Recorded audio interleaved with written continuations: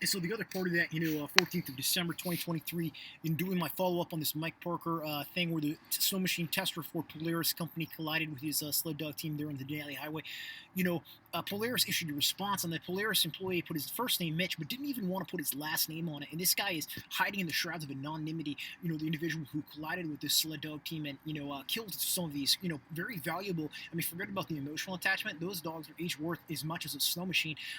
While this guy is from out of state, recklessly, driving up there right after and during a sled dog race where it's well publicized that there are numerous, mushers and their sled dogs out there in that area. So this guy's in an area he's not familiar with, operating a vehicle where he's testing it, and chances are, treating this trail and this highway like a racetrack.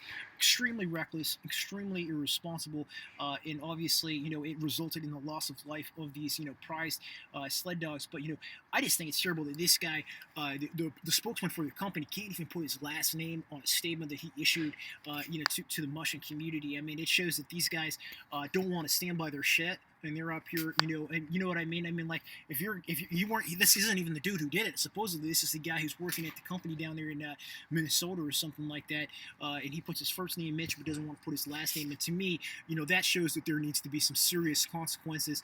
And these guys shouldn't be welcome to treat that highway like it's a racetrack, a testing ground. They need to get a special permit if they're going to be doing snow machine testing and trying to, test out their technology. Because if you go test a car, you've tested Tesla car. We've been talking about electric vehicles, right? You got to go do it at a racetrack or something like that, or you got to do it at a close place, because otherwise you're going to be doing some potentially sketchy shit that's going to interact with other people who are out there on the roadway, or out there on the trail. In this instance, when we're talking about these sled dogs on the Denali Highway, right? You know what I mean? You should have a special permit if you're going to be doing quote unquote testing. That Polaris company should be paying the state a significant amount of money if they're going to come up from Minnesota and try to do some promotional photography and stuff like that. What kind of permitting did they have to be doing what they were doing out there on the Denali Highway?